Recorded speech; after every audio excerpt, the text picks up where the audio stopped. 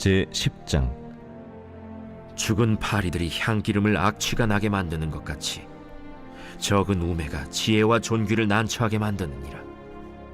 지혜자의 마음은 오른쪽에 있고 우매자의 마음은 왼쪽에 있느니라. 우매한 자는 길을 갈 때에도 지혜가 부족하여 각 사람에게 자기가 우매함을 말하느니라.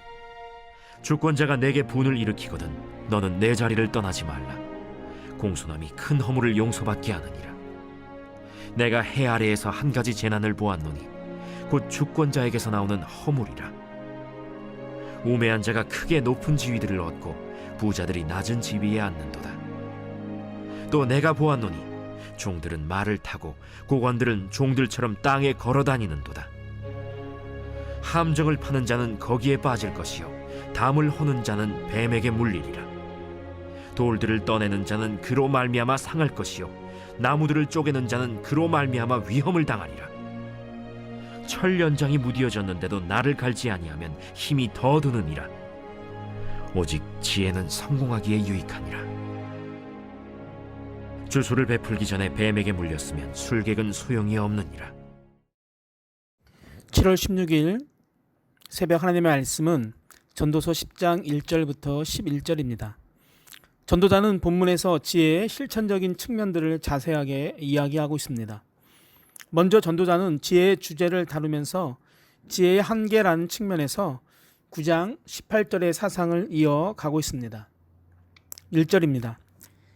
죽은 파리들이 향기름을 악취가 나게 만드는 것 같이 적은 우매가 지혜와 존귀를 난처하게 만드느니라. 아멘. 즉 적은 어리석음은 지혜와 명예보다 더 강력한 영향력을 행사한다는 것입니다. 지혜로운 사람이 세상을 인도해 가야 하는데 그보다 어리석은 사람이 더 영향력 있게 이끌어 갈 때가 있다는 이야기입니다. 이는 언제나 지혜로운 사람이 인정받고 세상을 바르게 인도해 간다는 공식에서 벗어날 때가 있다는 것을 우리에게 보여주고 있습니다. 이것은 인간의 지혜의 한계를 말하는 것입니다. 그러나 아무리 지혜가 한계를 가지고 있다고 해도 우리는 어리석은 자를 따라갈 수 없습니다. 그 이유는 그의 마음은 올바른 판단을 할 수 있는 지각이 결핍되어 있기 때문입니다. 이런 자에게 아무리 지혜로운 말을 해줘도 그는 듣지 못합니다. 이들은 자신의 행동을 통해서 자신이 어리석은 자라는 것을 드러내고 다닙니다. 이것이 어리석은 자의 실체입니다. 결국 전도자는 지혜로운 길을 갈 것을 촉구하고 있는 것입니다. 이어서 전도자는 화가 난 권력자 앞에서 어떻게 처신해야 하는지에 대해서 우리에게 충고하고 있습니다. 4절입니다. 주권자가 내게 분을 일으키거든 너는 내 자리를 떠나지 말라. 공손함이 큰 허물을 용서받게 하느니라. 아멘. 이 말은 그런 상황에 처할수록 침착함을 유지하라는 이야기입니다. 그리고 전도자는 해 아래에서 한 가지 재난을 보았는데 그것은 파괴적인 결과를 초래하는 통치자에게서 나오는 잘못입니다. 이를 증명하듯 전도자는 어리석은 자가 크고 높은 지위를 얻게 되는 것과 부자들이 낮은 지위로 내려앉히는 것을 예로 들고 있습니다. 또 종들이 말을 타고 고관들이 종들처럼 땅에 걸어 다니는 것을 예로 들고 있습니다.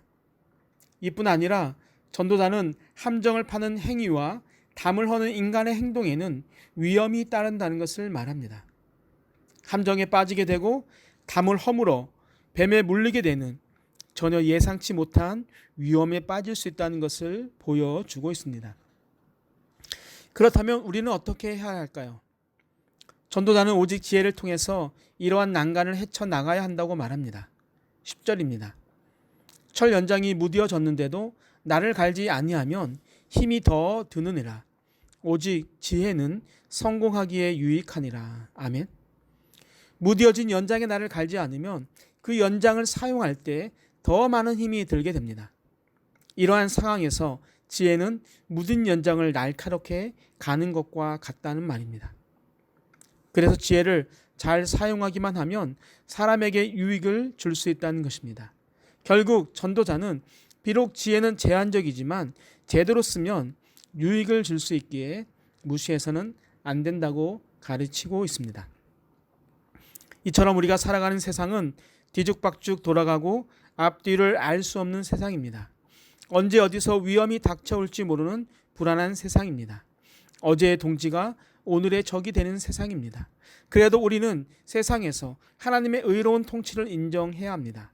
그분 앞에서 조급하게 말하지 말고 침착함과 공손함을 유지해야 합니다. 그리고 세상 통치자들이 정의와 진실로 다스려 나가도록 우리 함께 기도해야 합니다. 또한 지혜를 제대로 사용하면서 살아가도록 노력을 해야 합니다. 참 지혜자가 필요한 시대입니다. 세상적 지식으로 다스리기엔 너무 하나님의 지혜가 부족함을 느낍니다.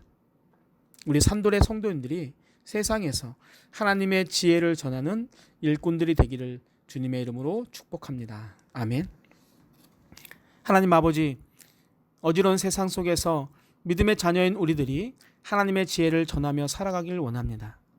우매한 자로 세상과 타협하며 세상의 판단에 귀를 기울이지 않도록 우리를 지켜 주옵소서. 주일을 잘 준비해서 비록 비대면 예배이지만 더 은혜가 넘치는 예배가 되게 하여 주옵소서. 감사하신 예수님의 이름으로 기도하옵나이다. 아멘. 우리 함께 기도할 제목이 있습니다. 첫 번째, 하나님 아버지, 혼란한 세상 속에서 하나님의 통치를 기대하며 살게 하옵소서. 두 번째, 하나님의 지혜를 전하는 믿음의 사람들 되게 하옵소서. 세 번째, 코로나의 확산세가 멈추게 하여 주옵소서. 마지막 네 번째로 주일을 잘 준비하는 주말이 되게 하옵소서. 우리 함께 기도하시겠습니다.